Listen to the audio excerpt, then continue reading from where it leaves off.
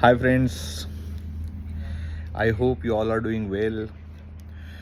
दोस्तों, आज हम बात करेंगे सेल्फ बिलीफ के ऊपर। ठीक है, जो हमारा माइंड कंसीव करेगा, ठीक है, उस डायरेक्शन में हमारी एक्शन होगी।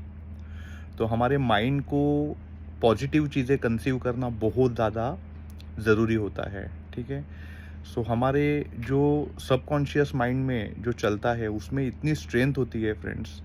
आपने काफ़ी बार ऐसा देखा होगा कि जो चीज़ हम विजुअलाइज करते हैं, ठीक है, वो आगे चल के रियलिटी में कन्वर्ट होती है।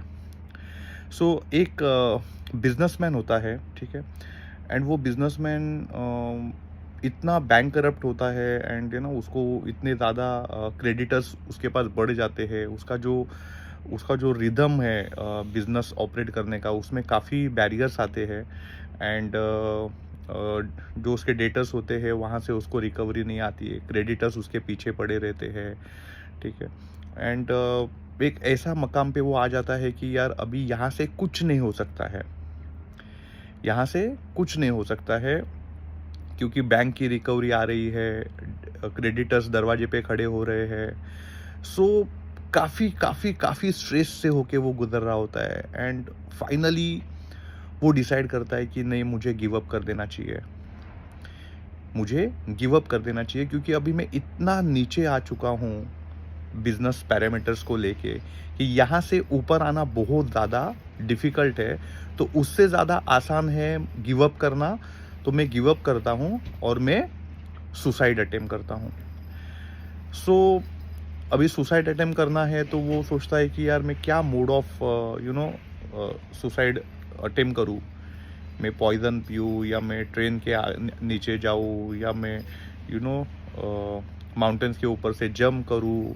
ये सोचते हुए वो एक गार्डन में बैठा होता है एंड सोच रहा होता है कि अभी मैं कैसे मेरी ज़िंदगी को ख़त्म करूँ।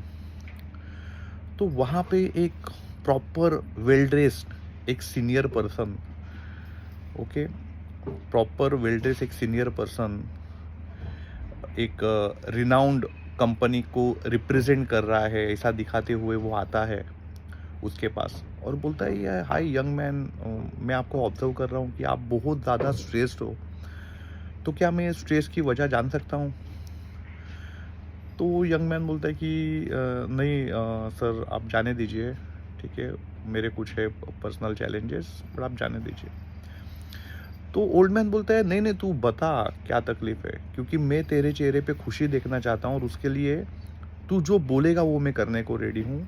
कि बता क्या तकलीफ है तेरे को, और अगर तुझे लगता है कि पैसे से तेरी तकलीफ हल हो सकती है तो उसके ब्लेज़र के पॉकेट में से वो एक चेक बुक निकालता है और वो चेक पे उस साइन करता है। उस पर्टिकुलर सिटी का एक बहुत ही बड़ा रिनाउंड ऑर्गेनाइजेशन होता है वहाँ पे, जहाँ पे वो अथॉरिटी सिग्नेचरी होती है, वहाँ पे वो साइन करता है एंड उसको एक ब्लैंक चेक दे देता है। बोलता है कि मैं एश्योरेंस लेता हूँ कि ये चेक जो है ये आप बैंक करो, ये डिसऑनर नहीं होगा, और आपका जो भी अमाउंट आपको डालना है, आपको जितना भी तकलीफ है वो अमाउंट आप डाल के इसको बैंक करो। ठीक है, मुझे आप पे पूरा फेथ है कि आप इसको अच्छी तरह से यूटिलाइज करोगे। ऐसे करते हुए वो उसको चेक हैंड ओवर करता है, वो ओल्ड पर्सन, एंड वो निकल जाता है।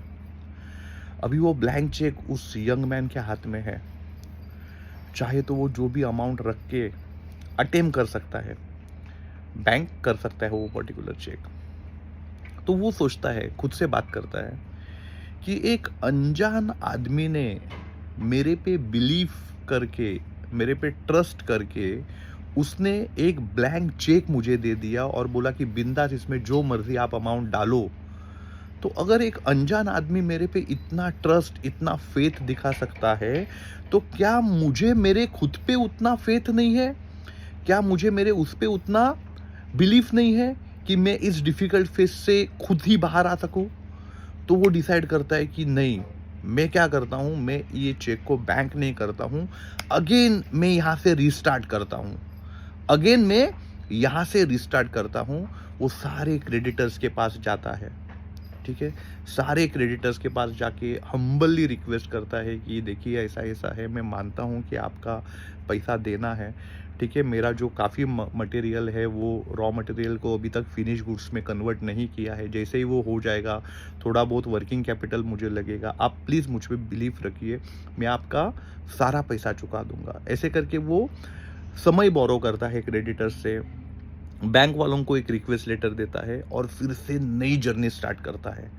And you won't believe friends, in the span of 1 year वो इस तरह से रिकवर होता है, इस तरह से बाउंस बैक होता है कि सारे क्रेडिटर्स का वो पैसा चुकता करता है, बैंक में अच्छे खासे ट्रांजैक्शंस होते हैं और उसकी गाड़ी चल पड़ती है। बहुत खुश हो जाता है वो, उसको लगता है कि यार मैं कैसे उस ओल्ड पर्सन का शुक्रिया अदा करूं। और एक बार ऐसे ही रैंडमली उस गार्डन में वो बैठे ही रहता है, सोचता है कि यार आज वो बंदा अगर आता है तो उसको मैं क्या करूँगा, मेरी ये पूरी जर्नी बताऊँगा और उसने दिया हुआ चेक मैं उसको हैंड ओवर करूँगा और बोलूँगा कि सर मैंने आपका ये चेक बैंक नहीं किया है, but now I am doing well. वो सोच के वो वेट कर रहा होता है। एंड कोइंसिडेंटली और फॉर्चुनेटली व्हाट हैपन्स, वो जो ओल्ड पर्सन है वो वहाँ पे आ जाता है, सेम ब्लेजर टाई भी पहन के प्रॉपर वेल ड्रेस्ड वो आता है।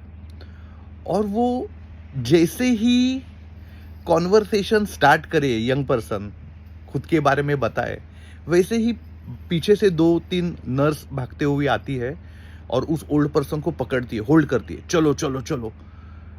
तो ये बंदा बोलता है कि अरे अरे रुकिए रुकिए रुकिए, मैं इनको पहचानता हूँ, आप क्या कर रहे हो, आप इनको कहाँ लेके जा रहे हो, ये तो बहुत ही रिनाउंड ऑर्गेनाइजेशन के डायरेक्टर है एंड मुझे इनसे बात करनी है।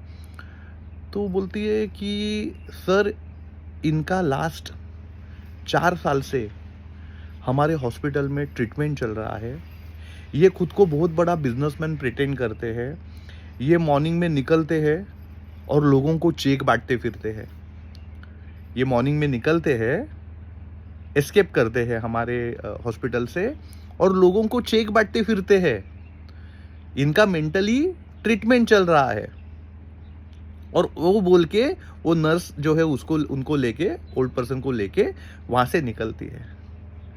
ये यंग पर्सन सोचता है कि अरे अगर मैं खुद पे बिलीव नहीं करता और मैं अगर ये चेक बैंक करता तो क्या होता फ्रेंड्स, वो चेक बाउंस हो जाता, वो चेक बाउंस हो जाता। बट उसने क्या सोचा कि नहीं, मैं एक बार खुद को क्या करता हूँ, खुद पे बिलीफ रखता हूँ और मैं खुद से नई जर्नी स्टार्ट करता हूँ।